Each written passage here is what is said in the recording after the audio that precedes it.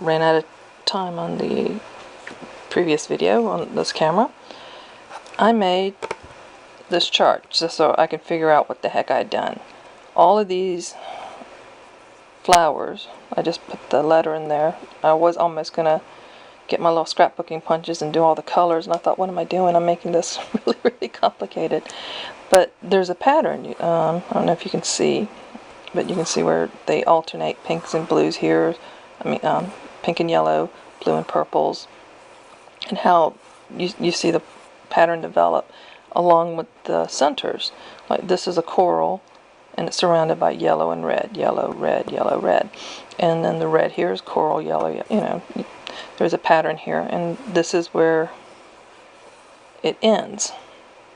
So I had to figure out what more did I need to make. These are all done, so basically I'm having to, what you saw me do was these two, was this piece here in the previous video. So now I just need to work around and it'll be done, and except for the border. And this is how I went around and figured out what all I need to do. So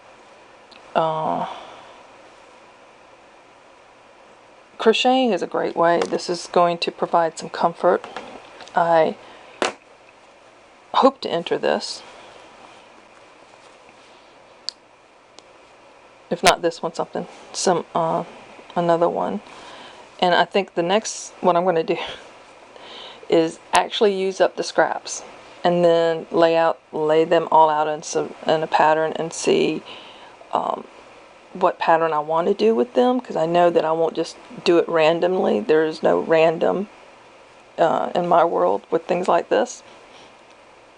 And I will figure out how to do you can see the edges. This is an edge. This is so I was thinking about learning how to do the half flowers to come in. You see, originally this is one of the older ones, and I had started in the middle, and now I do the corners, and it comes out to a much cleaner finish, and I can just work it all in. But at this time I was just doing it all and just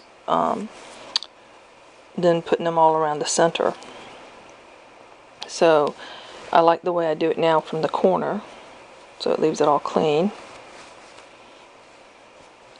But this has been keeping me busy for the past little over 2 months. Put it down for a couple of weeks here and there just to do other things.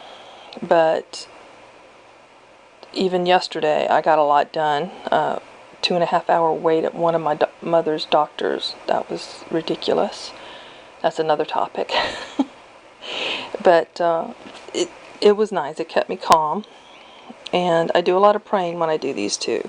There's I can't just go blank, because sometimes I'll make 8 or 9 of these instead of the 7 that's supposed to be there.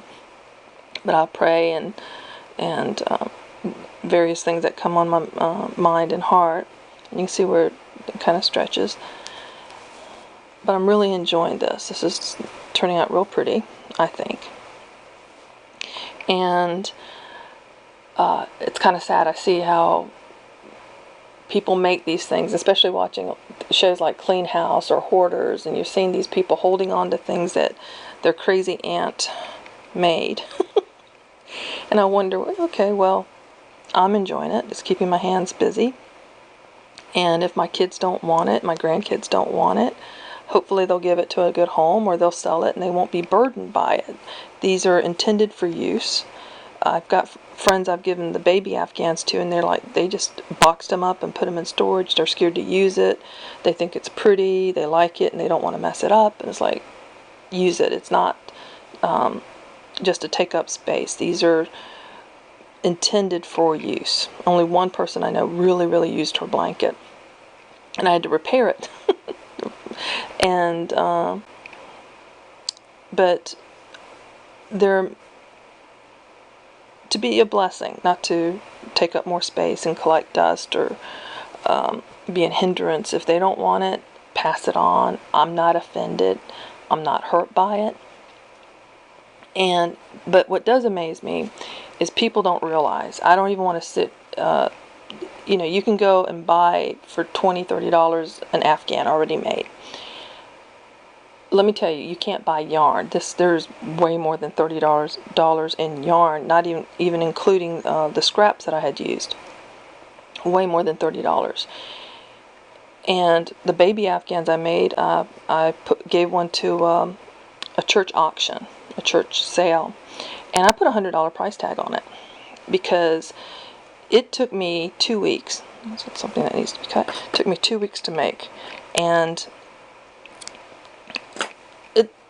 approximately 40 hours, work part-time in the evenings. I can get that done in about 2 weeks.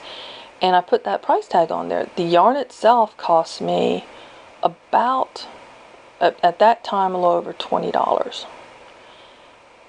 And I happened to overhear some ladies critiquing my work, not realizing that I was the one who did it. And they were just like, $100, that's ridiculous. You know, I can go to Walmart and buy one for $20.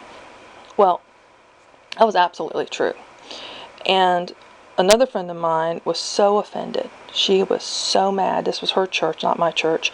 And the people that she went to church with were commenting. And she makes things. She makes some beautiful stuff that's outrageous. And she was so offended. She went ahead and bought my blanket as a present for a friend of hers. And she ranted about people just don't know. And they don't. Unless you make this stuff, you don't realize the effort and time. And the pattern I made, I think I've shown in another video about the train up a child, the words are is actually stitched into the blanket, Afghan, as I make it. It's a pattern that I came up with myself. So you have some creative license in there as well. You can't go to a store and buy it. And it's really taught me, yeah, I can do things, but when you sit down and calculate the time, the training, the effort that goes into it, as well as the material, handmade things mean so much more to me. If someone makes something for me, I tend to hang on to it. And I can't help but like it, even if it's not something that I consider my style. So, anyway, just wanted to share what I've been doing. Thanks for watching.